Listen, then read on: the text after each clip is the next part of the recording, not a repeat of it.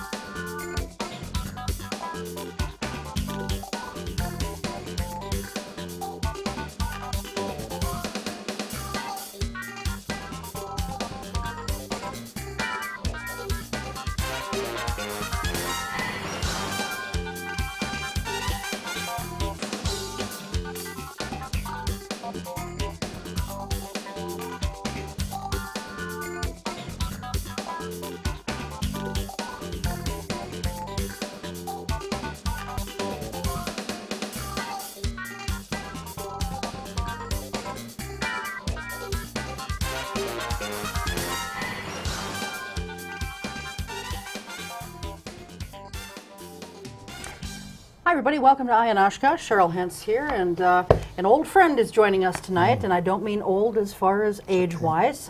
Dan Rylance is back to help us do some of the candidate interviews for the upcoming spring election, so good to have you back. I'm glad to be back. These programs for candidates are important, and hopefully we'll ask fair but reasonable questions. Yeah, and you've been doing traveling, and now you're back from the frozen north and so forth. I spent last week in North Dakota. The temperature last week when it was a minus 37 Fahrenheit, not wind chill. Slightly better here. Yeah. But still very wintry as we tape this. Yes, so yeah. Anyway, glad to have you Thank here. you. And on this particular edition, we're going to be interviewing Steve Dedow, who's running for the school board. And then later in the half hour, we will be chatting with someone who's running for the Oshkosh Common Council. Now, where are my notes on this? Ronald Kane Hardy will be here. And he will be our second guest. So anyway, Steve, welcome. Thanks for thank you for coming having out me, in this nasty weather. Wisconsin weather. Yeah, it is. It is. So, you know, you've done this before when you've run for another office, but it's been a while. So why don't you, you know, tell us a little bit about yourself and why you're running for the school board, especially right now when it's a pretty tough time for them. Well, I'm Steve Dedow. I'm 54. I have 3 little kids, 7 and 4 and 2. And the reason I'm running, I guess, is I started watching some of the school board meetings and then attending some of the school board meetings. And over the years, I've seen just a lack of direction there. I've seen some real floundering going on.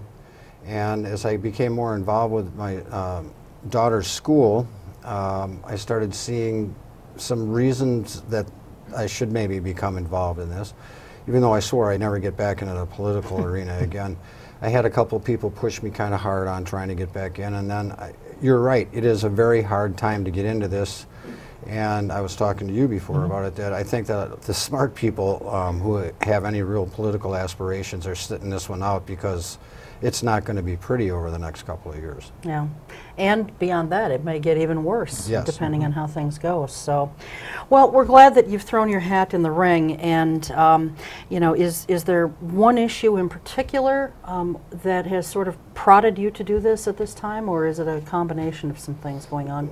No, it's not one particular issue. There's a myriad of different problems within this entire structure, and I'll try to just touch on a few of them tonight, but I think key issues, I guess, for me are the long-range facilities plan, which I think has serious flaws in it, the leadership and direction of the school board itself, neighborhood schools, the community in and of itself, and how we value education, I think, are the 3 main reasons. Okay. Well, let's talk about leadership on the school board first.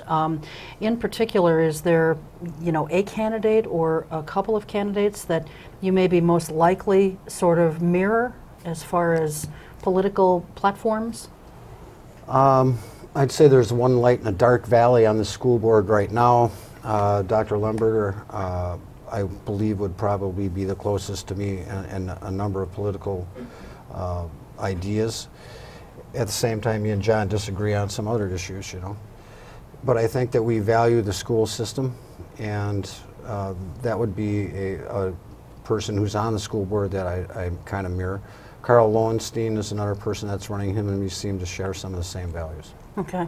Like what kinds of things, because no one knows Lowenstein yet. I mean, and we will be on the show at some point, but you guys don't have a primary, so he'll be on a little bit later after we get through some of the candidates who do have primaries. But like what things do you identify with Lemberger on, and which things don't you identify with him? The stuff I don't identify with him would not be applicable to the school board. Okay. Okay. The things that I do identify with him would be neighborhood schools, I think, are very important. I think that Business Week magazine last year stated that Oshkosh was the best place to raise a child, and some of the immediate data that they used to base that was school test grades and then number of schools. So they're looking at those issues, and I agree with that. I think that neighborhood schools are a very big priority. Another thing that Dr. Lemberger seems to be one of the few people who really tries to dig on this is that we need to really look at some data collection here before we make some plans, because the way that these long-term range facility plans are set up, it's just like Band-Aids every year. And they're still moving forward with it, even though referendums have failed. There's serious flaws there, and you need to grasp some data before that you make these kind of decisions. Otherwise, I find it somewhat ironic that in the governance policy of the board itself, that there's, if I might real quickly here. Sure, go ahead. The board will actively be involved in the governance of the district, being proactive rather than reactive. And that's what I've been seeing for the last few years, is merely a reactive form of governance there. And it's like, you should be asking succinct questions. You should be giving succinct direction to the superintendent instead of turning around and just not having an answer or not even having a question. Okay. Follow-up question on neighborhood schools. Although John Lemberger ran against closing neighborhood schools, he sat on a board now for a year that's closed two. You probably will be in maybe the same situation. Are you adamantly opposed to closing any more schools? I think that the schools themselves, if there might be, I mean, consolidation of schools might be something that we need to look forward to in the future, you know, it's from a pragmatic issue. Currently, I think that unless a school is in like serious damage, of need of repair, maintenance, something like that from safety standpoints, that shouldn't be considered, especially elementary schools. If a school is running at 70% or below capacity, maybe that should be closed. As far as the placement of schools, if you look the way that the schools are spread out over the course of the city, there's like clusters of schools. Perhaps that would be an area for some consolidation. Other schools that are farther away, where you have right now growth is happening, moderate growth in the south and in the west, well, it would be kind of, in my opinion, lame brain to close some of those areas, whereas other areas are showing more of a stagnant growth enrollment. I'm hearing you say you might be in favor of looking at boundaries. Boundaries is a touchy issue politically that needs to be addressed. It is not going to be making anybody happy. You certainly won't make everybody happy. But I believe that boundary issues are something that needs to be addressed. Okay. Disparity between North and West high schools is of concern to you? There was a suggestion at one of the public forums, which as I wade into this farther and farther, certainly input is going to be a big part of it. And I think that the community needs to continue to come forward with input, because there's some good ones out there. One gentleman suggested a 9-10 at West, 11-12 at North. An interesting suggestion. The disparity there, I mean, going back to the North High School situation, there's another example of perhaps if the planning at that time had been a little bit more informed, we wouldn't have this disparity. You know, I think, and that's the way I think we should be moving into the future with this, is better data collection, better decision making, you know, instead of throwing darts at a board. One of the things that you said, you touched on it just now, and also it was in the material that you sent that we put on our website, is that you believe that the school board should be presenting concepts, ideas, and so forth to the district administration in a clear and concise manner, and that's the form of a true leadership. And yet, I think we've all seen that there are some board members who feel just the opposite. They don't feel it's their job to come up with ideas. Right. They believe that the people in the administration and central administrative offices are being paid big bucks to come up with the ideas, and their job is to just vote things up or vote things down. And if they vote them down, they don't care if they offer any alternative solutions. You know, one can see both sides of that. Yes, certainly. And yet, you guys on the school board, if you're elected, will be the bosses of the administration. So how do you reconcile that? What do you say, Steve, to those people who have that opinion that I just sort of alluded to here? Well, again, in the board's own governance policies, policy adoption and review, in formulating policies, board shall adopt general principles and statements of intent which give clear and concise direction to the superintendent. There it is. You're in violation of your own policy if you don't believe that to begin with while you sit on the board. I believe in flexibility, but at the same time, the board itself needs to come up with, you don't have to have all the answers. Certainly they're not going to have, no one has all the answers. But you should be able to formulate an opinion from your constituents, going out and asking, attending public forums, which only 2 people, my understanding, on the school board currently attended. You need to be a part of the community. You can't just isolate yourself. And I believe that some of the board members are doing that. They're just listening to a small segment of the society. And I think that you need to create policies, create documents that, even though they're flexible, that when you address them to the administration, that you can use the administration what it's there for. It's a tool. It's the board's tool. Now, I thought it was interesting that Ben Schneider suggested that, well, this is like trying to break up a concrete driveway with a ball-peen hammer. And I thought to myself immediately, well, yeah, the difference between me and you, Ben, is that I would start at the edge and you would start in the middle. I would end up succeeding. You have to start somewhere, and it's like with this long-range facility plans. 10 years is too long, in my opinion. It's way too long. You can't even make a budget for 2 years. Perhaps we need to look at more intermediate things and try to build on things that we're not going to be going back and rehashing in 3 years. Solid things, fundamentals. Certainly that board can do that. And they have to tell the administration what it is that they want to move forward with. Right. Well, and when you talk about their own governance policy there, maybe they're thinking, well, okay, by us saying, no, we don't like this, you go back and come up with something else. Maybe they feel that that's giving administration clear and concise direction. I don't view it that way. It doesn't sound like you do either. And I have to say that's one of the things that I've always appreciated about you, Steve, is that even though we don't agree on a lot, or I should say not a lot, but we don't agree on every single issue, no one does. But I've always appreciated the fact that you're willing to think outside the box and you're not just coming forward with complaints about problems, you're coming forward with solutions too. And, I think that that's admirable and to be commended. Well, I've always thought that if you're going to run for office, you should have some ideas. You should have commitment. You should have ideas. You should have a reason for being there. I have some ideas, but certainly I don't have all the answers in this kind of, but I'm just not seeing any answers right now. Yeah. There are some really strong advocates on the school board currently who want to significantly reduce teacher benefits during the next contract period. You're from organized labor, so I assume you would oppose that, but how would you answer them if you were on the board in terms of not wanting to cut significantly teacher benefits? Well, with the QEO gone right now, we're in a whole new ball game. And the first thing I would do, I guess, if I was on the board is I would look around the state and see other districts that have negotiated with their area school teachers unions. And see how they did. I mean, percentage-wise. I mean, with the QEO in there, we had a set specific percentage that everything rose. And I would like to see first what the rest of the area of the state is. I mean, if they're coming in at 1 or 2% versus the 4%, 3.8 or whatever it was under QEO. All right, can we kind of expect that during this time when we negotiate with these kind of things? I think certainly the teachers should be paid. I find it remarkable once again in the budget reconciliation that they're talking about laying off 45 teachers, and there are no administrators being considered for being laid off. It's like if you have so many HR people and you have less employees, certainly you should be trimming your HR staff. HR makes more than what the teachers do. I think the people that are closest to the kids should probably get a decent pay for this. As far as like trimming the benefits, one of the things they're looking at right now is bringing forward this consultant group, which I have some issues with, looking at trying to replace the current benefit structure with one that is equal. I have some questions about that, the legality of it.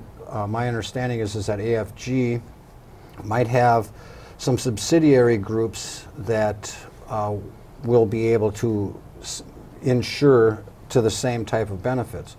That's not a bad thing, but they cannot benefit from this. AFG cannot benefit from this, so that's something to take a look at. If they're getting the same benefits there and we're saving money on it, that makes sense to me. It's like common sense. If I go out and I've got a car insurance guy for 3 years and I go and find a new car insurance guy, he's going to give me a cut rate, you know, to try to get my business. Certainly OASD, any insurance company worth their salt is going to want to jump on that. There's a lot, that's a nice... It's a big contract. Yes, it is. Yeah.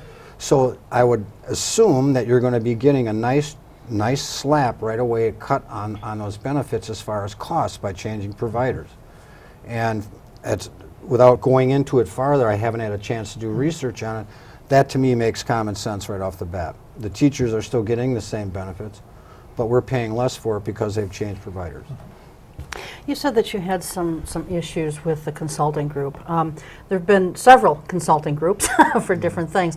Which consulting group are you referring to, Steve, and what are your specific issues with them?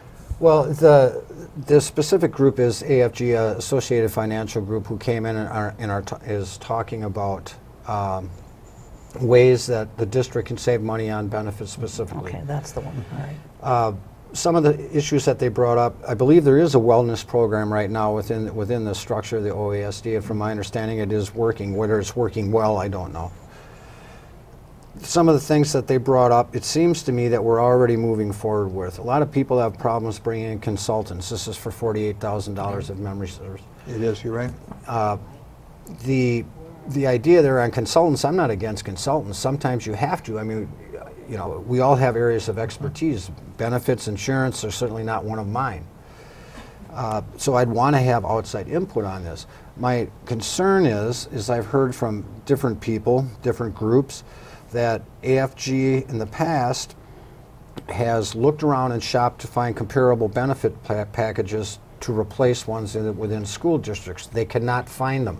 So they go to their subsidiary insurance providers, which are part of their same group, and they put together packages that way. There's no problem with that, but in the state of Wisconsin there is a legal issue with rebates for that group. AFG cannot directly benefit from the insurance groups that they are suggesting to the right. board. Yeah. And so that would be one concern. I would hope that we would take a look at that.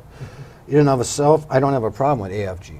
I'm just saying that this is something that we should look at. You know, it's not like everything sounds so good, you know, but then when you get into the store and they start asking you to buy, you know, the extended term agreement on your warranty, you got to start wondering how really good this is, you know, and I'm just saying we need to look at it. Okay. We're taping this on January 7th, and the last 2 nights prior to this taping date, there were some public hearings held on what to do about the 2010-2011 budget. Of the many speakers who were there, you were one of them. For those who, I don't know if those were televised or not, but for those who... I don't think they were. Okay. For those who weren't there, you know, why don't you recap for viewers, you know, basically what your comments were to the district? Well, I was there more or less speaking as part of the PTO from Lakeside Green Meadow. Okay. Not there as a candidate, more as a concerned parent. Mm-hmm. And one of the things that the PTO has asked, we did a survey out there recently at Lakeside Green Meadow, 184 families. And when they closed Green Meadow last year, 4 families left the district. Now at $9,233 apiece, that's just very conservative, that's a state aid number. That means 4 children have been removed from the district. That's $36,928. That's conservative. That's just 1 kid per family. Since we've done this survey of 184 families, 16 more families have suggested that, not suggested, they said they were moving. They're going to move their kids out of the district. And that represents a total of $147,728 that the district will lose. There is a report from Green Bay, who actually does like to do data collection on the consolidations of schools, and I'll read this briefly if I might. It's projected that the significant savings by consolidation will not be realized to the extent that would make it a viable option. Additionally, public reaction, primarily from parents to the current and future of the school students has not been supported for the proposed restructuring. The school district cannot afford to lose more students to open enrollment, where a significant number of families have indicated this option if consolidation is implemented. In other words, is it feasible to sit there and close a school to save $150,000 when you're losing $147,000 in district enrollment? I think it's short-sighted. That's one of the things we brought up at this school, or at the public forum. Yeah. There's other issues that we had on, as far as Lakeside Green Meadow. We had ideas that we were bringing up. I've got a 10-page document on some alternative financial ideas that I presented to the school board. And Dr. Lang has got my emails and this stuff on these things. We were more concerned about the kids out there, and that's what I was speaking about that evening. Okay. Of the, you know, the 16 or so families that left, Steve. Will leave. Okay, will leave. Do you know why they're leaving? I mean, is it job related and they have to leave to take on new work? Is there some dissatisfaction with the district?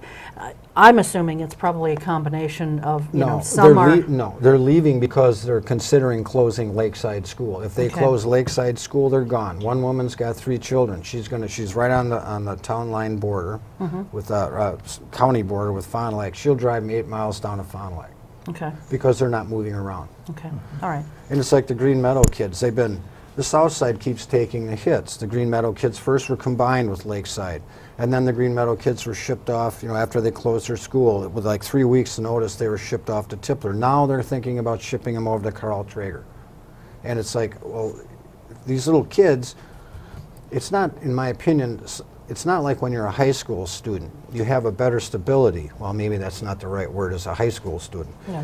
But No. these little kids, they do need that stability. You know, they need to see their classmates. They need to see the same staff in there. I mean, that's part of their growing up. You know, and so when you're shipping them around all over this like this, it makes for a lot of disruption. That's what the 16 families are upset about. Okay. Although I will say, when I was in elementary school, for a year, some of us had to go to one school and some went to another school. It didn't affect me. I mean, you know, I turned out just fine, I think. I'm sure there's a few out there who would disagree with that, but that's fine. But, you know, I think that kids are pretty resilient. Yes. And they can bounce back from those things. Right. But I do hear what you're saying on that. Go ahead. I want to talk about an awful word, taxes. Were you surprised at the headlines of the Northwestern, at both public meetings, where the majority, in fact, almost everybody, was telling the school district that they would support more taxes? Well, first off, at these public forums, there was some idiot on the Oshkosh Northwestern blog the other day that said that, you know, nobody attended these public forums except for special interest groups. And I'm like, well, duh. It's like parents and teachers. Who else would be interested in kids, you know? Yeah. And so, no, I guess I wasn't surprised on this. This is something I've been looking at, you know, for a number of years, on combined taxes, on the way the state does their taxes, on how we generate revenues. And the millage rate, the mill rate and stuff at $1 a thousand has actually gone down since, you know, from what it was in 1993. And as we were talking about earlier, I find it somewhat ludicrous that people would, you know, there might be some malcontents about paying the $74 for the recycling bin last year, but that's what you're asking them to pay for education to keep status quo going this year, for education. And you can, I just find it inconceivable people would sit there and be okay with paying $74 for a garbage bin, but they're willing to throw education away for the same cost. I think that's ridiculous. I didn't find it all that amazing that people were in support of taxes there. Okay, I want to push a little bit further. Reading your other things, which are very well thought out, almost like you're running for Office? Superintendent of Public Instruction No, or God, something. no. I mean, they're very detailed. I mean, No, and no. that's a compliment, not a criticism. Thank you. And then reading about your ideas in referendums, is it fair for me to assume that a Steve Dedow on the school board would be supportive of raising taxes and going to referendum rather than the cutting more schools and doing some of these draconian things that you're opposed to? Yes, that would be, in a nutshell, yes. Okay. I mean, one of the things that they did last year when they passed that maintenance referendum, it was question 2 out of the 3. Right. Unfortunately, that ended up being more of a budget cut because the idea of the referendum was they had to tax to the levy first to be able to get that 1.3 million. By not taxing to the levy, we lost that money. And it's unfortunate because right now during this particular economic time, when contracts come in for construction bidding abnormally low, where in a time of great building, they're going to come in high, they're busy. We can get more stuff done with that money right now. And it's really unfortunate that the board lacked the leadership to sit there and to tax to the levy. As a property tax owner, I own a small farm with 20 acres out south of town. I would much rather sit there and see a consistent levy going up of $20 and just sit there and be hit with a $100 increase. I mean, to me, it makes sense, you know. I don't want to see a $100 increase, but then what are we spending our money on? You know, I oppose the recycling bins when but you know, you drag them down your driveway with those wheels, and it's a lot easier than what it was. Well, it is, and I know I'm finding myself recycling more than I did before. Yeah. So from that standpoint, it's probably fine. And just a little aside note, you said that they didn't care so much about the paying the recycling bin, but they're upset about maybe paying higher taxes for the school district. And we weren't given a choice on the recycling bin. Right. But and it's on our property tax. Yeah. But it does sound like there's an awful lot of people who attended these meetings who don't mind seeing a tax increase in order to preserve some of the programming and perhaps even some of the schools that we have. If I can quantify that, sure. Though too, I at the same time, if taxes are going to be increased, one of the things that I would like to see is I would like to see outside external audits being done, especially in the purchasing department and human resources, and in some of the areas of the school district now to make sure that we're spending our dollars correctly. One of the things that I'm seeing here, alluding back to this long-range facility plan, is one of the things they're considering right now is closing Smith School. Now, we just jammed $9 million in that a few years ago. This is a bad decision. They spent a lot of money on renovation of Oshkosh East High School, the one that's over by Eagles. They have also spent $115,000 a year on a lease there. Now Lincoln's sitting empty. Now they're talking about closing Oshkosh East and moving it over to Lincoln.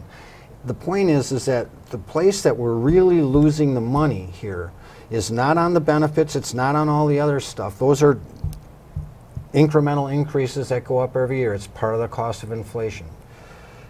Where we're losing the money is on the lack of direction here, the lack of leadership within the board itself, because they're sticking Band-Aids on. They're being reactive instead of proactive on these issues. And if they had thought out these plans better, we wouldn't be losing this money. Okay. Just about out of time, Steve. Do you have a website or a blog or anything? I've got a Facebook page, a group, Steve Dedow for school board. I have an email, stevendedow@gmail.com. This time around, I'm not going to get into the whole thing with big expenditures and all this. I already took the exemption. I plan on doing some blogging. I've got some old representative signs, which I'm going to get some stickers for that say school board on it, that kind of stuff. So it'll be pretty low key. All right. Why don't you just take a few seconds here and tell the folks in camera 3 why they should vote for you in April. Well, one of the things I'll give you is I'll give you a commitment. I don't have all the answers, but I will commit to learning and trying to be the best informed I am about the issues that are in front of us. As a property taxpayer, I will be concerned about the dollars that are going out there. I want to make sure that we're accountable for those dollars and that children are getting the best benefit for those dollars. I have alternative financial options, things as wild as binding books at $10 a piece instead of buying new textbooks at $77. That's something from Parma, Ohio. They oddly enough sent them up to Bonta Corporation. I think we can probably get a deal out of that. City district partnerships and maintenance of yards. That's it? You're telling me no? Yeah. Okay, I'm done. Well, I'm not telling you no to your idea. We're just saying we're out of time. We're out of time. That's why. Yes. Our signal wasn't real clear. I'm sorry. Anyway, but thank you very much. Yeah. Good luck to Yeah, you, good luck to you, Steve. on Nice to meet you. Tuesday, Yeah. April 6th. We're going to take a very short break. When we come back, Ronald Kane Hardy will be here, a candidate for the Oshkosh Common Council. We'll be right back.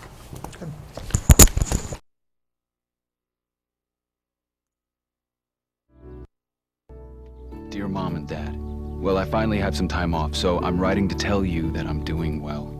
We have good days and bad days over here. We try to remember the good ones and get through the bad ones. Mostly we have each other, and that's what keeps us going. And Mom, since you asked, If anyone wants to help, just tell them to contact the USO. You can't believe how much they do for us. With love, your son, Michael. Every year, the U.S. Department of the Treasury receives about 1.4 million reports of problems with paper checks. Checks can be lost, stolen, or delayed. If you still receive Social Security payments by paper check, Treasury wants you to know about a safer, more convenient way to get your money. The Direct Express Prepaid Debit MasterCard. The Direct Express card is new and is available to anyone receiving Social Security benefits, even if you don't have a bank account. Your monthly benefits will be automatically placed onto your card account each month on the day your money is due. While other debit cards cost money, it is possible to use the Direct Express card for free to make purchases, pay bills, and get cash at thousands of locations nationwide. There are no sign-up or monthly account fees. No more waiting for the mail or worrying about lost or stolen checks. Call 1-877-212-9991 or visit www.usdirectexpress.com. We were in an emergency situation. We don't have extra. We have a little bit of water and a little bit of food. A meeting place, no. No. I don't think we have a first aid kit. We have tuna fish, we have beans, we have canned tomatoes, True. you know. That's true, but that's really not survival food. Tomato paste. Yeah, well, yeah.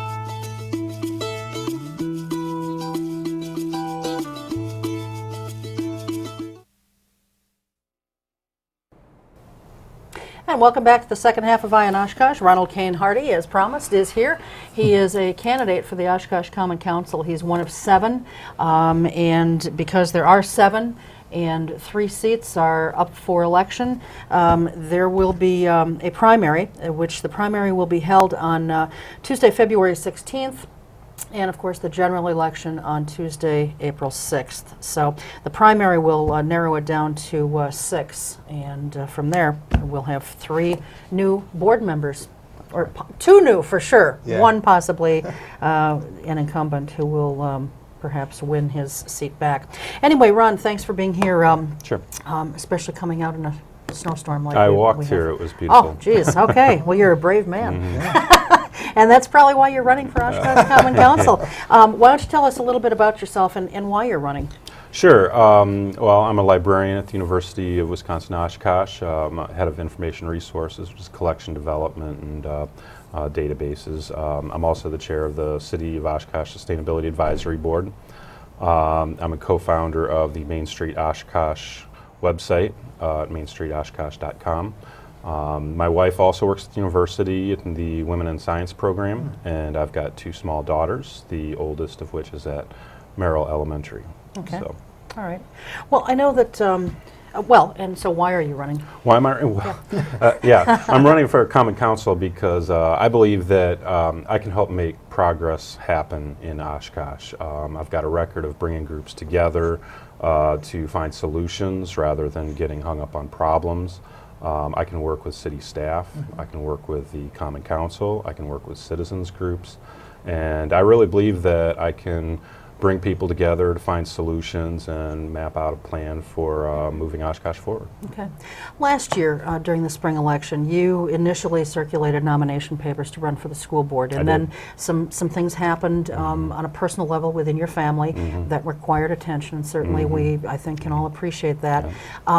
So now you're running again. Those problems are behind, those issues are behind you, and you're running for Common Council this time rather than school board. Why not for school board? That's a great question, and that was actually a very difficult decision. I was encouraged to run for the school board last year. I was encouraged to run again this year. I have a lot of concerns with the school board. It's an issue I'm very passionate about, especially with children in the school district. But for me, what I found was that, especially in the last 2 years working on the Sustainability Advisory Board and working with city staff and with the council, frankly, I'm much more familiar with city government than I am with the school board. I'm more familiar with the issues there, and I think I'm in a better position to contribute on the city council or on the Common Council than I am with the school board. Okay. And And of course, the school board is looking at a huge mess, and Yeah, it I is. don't know if I have solutions for that. Yeah, okay. All right, well, Yeah. that's Good fair. answer. Yeah. Go ahead. If there was a new word in the Oshkosh lexicon for 2009, it was the word sustainability. UWO has sustainability. You're on a sustainability committee. Just in a nutshell, could you define sustainability for us? And two, give us a couple examples of works in project on your committee Sure. that deal with sustainability. Sure. I mean, broadly defined sustainability is working to meet the needs of the present generation without compromising the ability of future generations to meet their needs. So it's a future-focused idea. And so if you think back about 100 years ago, what our ancestors in Oshkosh were doing and how that impacts us today, that's how you can kind of think about sustainability, but putting it forward instead of looking backward. Okay. On our board, some of the projects we've been working on that I think have had some success. Number one, we've got a website where we've brought together resources from around both local government, county government, regional, state resources, everything from how do I recycle a car battery to establishing rain gardens in your backyard. So that's one thing, is bringing together resources on something that's very broad and vague, like sustainability, and bring them into one place. Another thing we've been working on is a greenhouse gas audit for both the municipal and the community. And this is a way of establishing a baseline greenhouse gas measurement of what the city's producing. And once you've done that, then when you take further future actions, such as what we're doing with what the city's doing with these community energy efficiency block grants, when you take those measures, you can then measure against what your baseline was and see that you're actually making improvements or if you're getting worse. And so, it's a critical first step towards preparing for future sustainability actions. Now on Main Street, last week or two, you people have been talking about the city storm water management plan. It's not even in the city comprehensive plan. Right. Now, as chair of the Sustainability Advisory Committee, how in the hell did that happen? That's a good question. Well, we do have a stormwater, there's a board, stormwater board, but it isn't doing anything with a comprehensive stormwater management plan for this city. And it's pretty clear, especially with recent events, both with the proposed plan for the golf course at West Haven and then with this Melvin Avenue, we need a comprehensive stormwater management plan. We can't have just arbitrary decision making, just popping up left and right. But I thought all of this has come to light because of the flooding issues a couple of years ago. This has really made this a much more high priority issue for Oshkosh. Now, your colleague Justin Mitchell and my neighbor says that the pumping stage in Menominee Park is a really bad idea. What do you think? Well, what the city manager said was that we were going to have a pump station either way about it. It was either going to be a little one or a big one. But always in Menominee Park or somewhere else? Well, I mean, what was presented by the city manager was that, yes, it would be at Menominee Park. It was just the size of the pump station that was going to be dependent on whether you put in a pond or not. And from what I read from that, it was the question is the height of the road is just not that high off the level of the lake. So that water goes into Miller's Bay then? Yeah, and unfiltered apparently. So, and that's Does the Otter Street Fishing Club know about this? I don't know, do they? But really, They probably do now. the health of the water system is really critical, and that's one of the things that we've been working on is trying to get some shoreline restoration. We're working with Parks Department on this. Is some a pilot shoreline restoration project where you plant native species on the shoreline, and we're looking at doing this. Parks Department is looking at doing this on the north end of Miller's Bay, and what this would do is basically you have stormwater runoff, the natural runoff. These provide filtrations, a natural filtration system, and prevent some of the road runoff, sort of the nasty stuff from getting into the water, because we drink that water. A lot of people don't want to know that. We drink the water out of that lake. Right. Before we get into some of the more difficult and testy issues here going back to that list, that are going to be facing you if you're elected, Ron, there are some people in the community who have concerns about too many people from one group being on a board or the city council or a commission or what have you. Now, if you're elected, you will be one of 3 people up there who is very much into the green effort. You would also be one of 3 people who's employed by the university. That's right. How would you address the concerns of those folks? That are concerned about too much. Too many people from one group or of one mindset or being employed by the same Yeah, well, I think university that's or been a whatever. concern with past councils as well. When you have too many like-minded people on the council, I mean, that's always going to be concerning, particularly if you don't agree with them. But you take something like the university, Burke Tower and Tony Palmieri are the 2 people you're talking about. I don't think you're necessarily going to find those 2 conspiring, that often on issues. So They I did don't vote to close O'Brien's Bar. I think that was one of the few votes. Is that right? And it was a 5-2 vote, and they were the only 2 that voted to close it. But Is that your right? point is well taken. Yes. They're not voting together very often. Yeah, and you can say the same thing with Bob Peschel and Tony Palmieri. I mean, they agree on some issues, but they disagree on other issues, and so I don't think you can quite take somebody and categorize them quite in that manner. I agree with that, but there are some out there, and I'm sure you've heard the complaints. Yeah. And Can I push that just a little bit Go further? ahead. I think to wipe off the fact that Peschel and Tony don't agree on a lot of things is true, but on the other hand, you would be the 3rd Green Party member on the council. And I think you people have a decidedly different viewpoint on city development than, say, a Burke Tower or a Steve Cummings, and that you would find yourself voting with Palmieri and Peschel on those issues. Isn't that a fair assumption? Well, it depends on the project. I mean, I'm a very big proponent of development downtown. I think we've had too much development out on the 41 corridor. Okay. When it comes to big box retail, we're probably going to be on the same page. I'm not a real big fan of using taxpayer funds to support these sort of eyesores that don't provide any character for the city. I want to see development in the downtown area. I want to see some character, and I want to see some, growth down there. Are they in agreement with me on that? Perhaps. I'm not sure. I haven't talked to them about that. I would think they're anti-more TIFs. Yeah, I think so. I would agree with. I think I agree with Tony on this. That Tony had brought up. I didn't know he had brought this up, but the idea of attaching certain types of like energy efficiency requirements to TIF projects, for example. I think that's a great idea. I would definitely agree with Tony on that. Okay, all right. Thanks for that answer. Sure.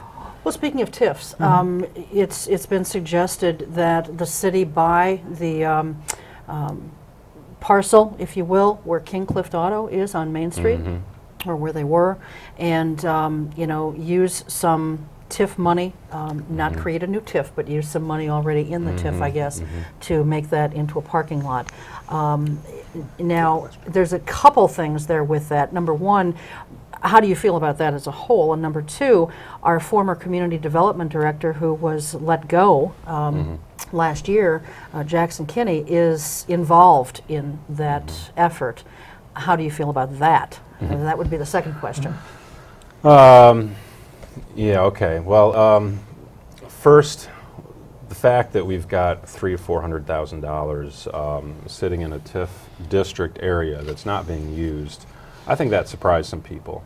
And I would ask, what is that doing out there? How come we didn't know about that? And could that be used for a different project? Or could it be rolled back onto the tax roll? Does it need to be used for this parking lot? Could it be used for one of the other buildings along there? So first off, I think just taking this project and laying it out there is brings up the question, what else could we use that TIF money for if it's just sitting there, or could we actually retire it? But I do think the timing of the proposal, to come forward and say, well, Jackson Kinney can do the paperwork to write the TIF thing. I mean, they know that the planning department's short-staffed because Jackson Kinney's the one, and the other staff in there that they know that department's short-staffed. I think that's a little bit of a dig at Mark Roloff. I don't particularly like to see that kind of play going on. And that suggestion was made by Bill Free, our former city manager, Really? who is working Oh, with yeah. Jackson, I think, on this. So- Right. Yeah. And so I think we'd need to look at what else that money could be used for now that we know it's there. And so I appreciate Bill Free bringing that money to our attention. But you would say the parking lot would be not a high priority for you for that money? Or I not think it's a necessarily? very interesting idea. yeah. You know, you've got some buildings over there that don't have parking. Right. That are, you know, there's some difficulty figuring out what to do with these buildings because you've got some very large buildings. There's a 3-story building there. There's no parking available. If there were parking available, that could really increase the value of that building and perhaps, you know, spur some development. So I think it's worth looking at. I think the timing was poor, and I think the introduction of this idea was a little bit poor.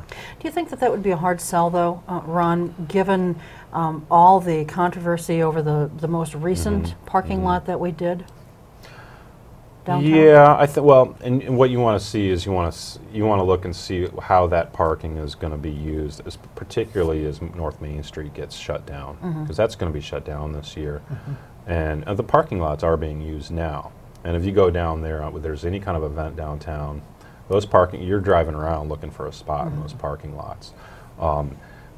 Putting this lot in perspective of the 500 block, you know, I think it's definitely a plan worth looking at, but just dropping it out there and not looking at other potential uses of that money, that's, you know, I think we need to look at what else that money could be used for as well. Okay. And then make an informed decision. Well, speaking of money, you know, the budget is probably one of the hugest things that you guys, if you're elected, will have to deal with. Are there areas of the budget that you feel need to be reworked, where some cuts need to be made, and if so, where are they? Well, you know, the budget I work at my job is significantly less than the city's budget. It's just shy of $1 million. It gets cut every year. Gets cut 2%, 3%, and every year I'm asked to pretty much do more with less. And I find ways to do that, but I'm given basically, you know, some directions, some broad guidelines, and then I've got to make the money work. And so when it comes to the city's budget, I think a lot of time needs to go into, it needs to be presented early. We need to have more input, not just from the council, but from other people about the budget. And I think it's important that the budget reflects the priorities of the city. And so I haven't had time to look at the new budget yet. I'd like to, you know, when a budget's brought forward, you know, I'm not going to micromanage every dime, but I want to see that a budget reflects the city's priorities. Okay. This is an overall question. There are a lot of people who think that the state budget, city budget, school budget, county budget was built on sticks in part because of stimulus money. Stimulus money that is not going to be around the next round. Do you share that concern? Do you have any idea how much stimulus money might be in the city budget that won't be around next time? I don't think we're getting that much money Okay. when you look at the entire budget, but it's one thing when a governmental entity is taking that money and using it to basically cover their own debts. That's not going to work because then you don't have a sustainable budget. But when you take, like with these, for example, these energy efficiency conservation grant money, they're taking that money, making a plan to replace windows, for other energy efficiency upgrades. These are things that are going to actually help the budget in the long term because you're reducing energy consumption of the city. So if you use the money right, you know, you can help the budget in the long run. But I mean, yeah, we're not getting the support from the state, from the federal government that we used to, and it's because of this economy. And I think it's really important that we invest in Oshkosh and try to keep Oshkosh's money in Oshkosh and try to have a more efficient budget, because we're just not going to be seeing it from the federal and the state. Sure. One of the things that the next council will invariably have to deal with is what to do with the central garage that's located on Witzel Street. You know, one school of thought is to, you're coughing, and I feel like I'm about to sneeze here, so I apologize in advance if I do. Oshkosh winner. Indeed. One school of thought is to reconstruct part or all of the city garage. Another one suggests that we move it to a more industrial location outside of the city. You know, I'm sure that there are some other ideas floating around. If Ronald Kane Hardy had his druthers on this, what would you want to see done with that? Well, you know, of course, I'd want to see the different options and plans in front of me, but based on the surface description, I think, from what I understand, the central garage is extremely old and in need of some major. I can definitely see having that being completely rebuilt. I'd like to see some, you know, with a garage, you don't really do things like have LEED certification or anything like that, but or even Energy Star. But you can do some energy efficiency when you come. Anytime a new building is going to be more energy efficient and be a better use of space than an old building. So I could see that. Putting something on the outskirts of town, and you think what is that servicing and where do those vehicles frequent? It seems like it would make more sense to be more towards the center of the city. That's Dave Potek's strong argument. He will lose 20 minutes on every snowplow if he's out somewhere else rather than the center of I town. might find myself agreeing with Mr. Potek Yeah. on that. You look at the university, they moved facilities across the river to the old Cub Foods. It's a lot of driving back and forth over that bridge. Well, and not just time, but gas costs Absolutely. too, back Yeah. and forth. Yeah. So, there was a survey run that was sent out last summer, I believe it was, and some 2,300 citizens responded, and they told the city that they wanted to see priority given to things like burying power lines, which we've recently heard is extremely costly. Sprucing up the main entrances to the city, keeping bike lanes in the plans, higher quality development designs, and planting more trees. Now, some of those things, you know, certainly are more costly than others. Yeah. And so how do you do the things that the public wants done, along with the things that, as a city, we need to do, and at the same time balance some people's needs, which are other people's wants, and vice versa, with ever-shrinking budgets? How do you do that? How would you do that? Well, you know, we looked at the Vision Oshkosh survey recommendations. Some, you know, some of them are kind of irrelevant. Some of them we've already been doing, single stream recycling, for example. Some of them are, like you said, are very low cost, or the money's already there type of projects. For example, trees. We have funds for tree planting. We just don't have a plan to plant the trees. So, and there's more funds available for that, matching grants, that type of thing. So some of these things are very doable. We just don't have a plan. They already have the funding, in fact. Burying the power lines. If that's something that a lot of this comes with existing road construction. So you're putting in a new road, the DOT's doing a project. If we can get them to do that as part of that, if it's sort of a zero cost, as in, you know, you either replace the poles or you bury the lines, and you know, that would be a great opportunity to do that. The city entrances, my big concern with that, for example, is that, like, the Jeld-Wen property. That's a major route from the south side to the north side, sitting right on the river. It's an ugly eyesore, and it's been here since I've moved to town. And that's the kind of thing where get somebody to develop that property, put something nice there. That's not at a cost to the city to do that. So I think there's ways that what needs to happen is that Vision Oshkosh plan needs to be gone through, and items pulled out of there that can be made a priority, either a short term, something that we can do in the short term, or something that we can't do in the short term, but maybe we can do, you know, a few years down the road if there's funds for it. I think the Vision Oshkosh has got a lot of great ideas. A lot of those ideas are already in the comprehensive plan. Okay. Well, Dan mentioned before about, you know, TIF money, TIF districts. How do you feel about where we're at from a TIF district standpoint in the city right now? And should we be looking at other tools in the toolbox other than just always creating a TIF, handing out TIF money to any developer who comes to town? Yeah, well, you definitely shouldn't be doing that. I think obviously the TIF is a tool that's become very popular for city governments to use I've been concerned about how many TIFs we've had. It seems like the definition of, a TIF is for blighted territory. It's to get development going on a territory, on a piece of land that's blighted. How do you define blighted? Is where they were going to put the Shopco, for example, on the Fair Acres? Was that actually blighted land? I don't think so. It was vacant land. Vacant land might be a better definition. Yeah. So I think there's a little. Now, on the other hand, there are some parts of Oshkosh that are seriously blighted. Sure. And that would be an appropriate time to use that if it's not already within a TIF district. I mean, we've got them all over the place, and we're finding out that there's money in these TIFs already that isn't being used. Yeah. So I'd like to see some of them get closed. If the project's done, let's move on. I don't think they should be handed out to just any old project. Okay. I think the projects has got to fit within either, if it's the downtown, for example, it's got to fit within the downtown plan. So it's got to fit within what the city wants to see. Okay.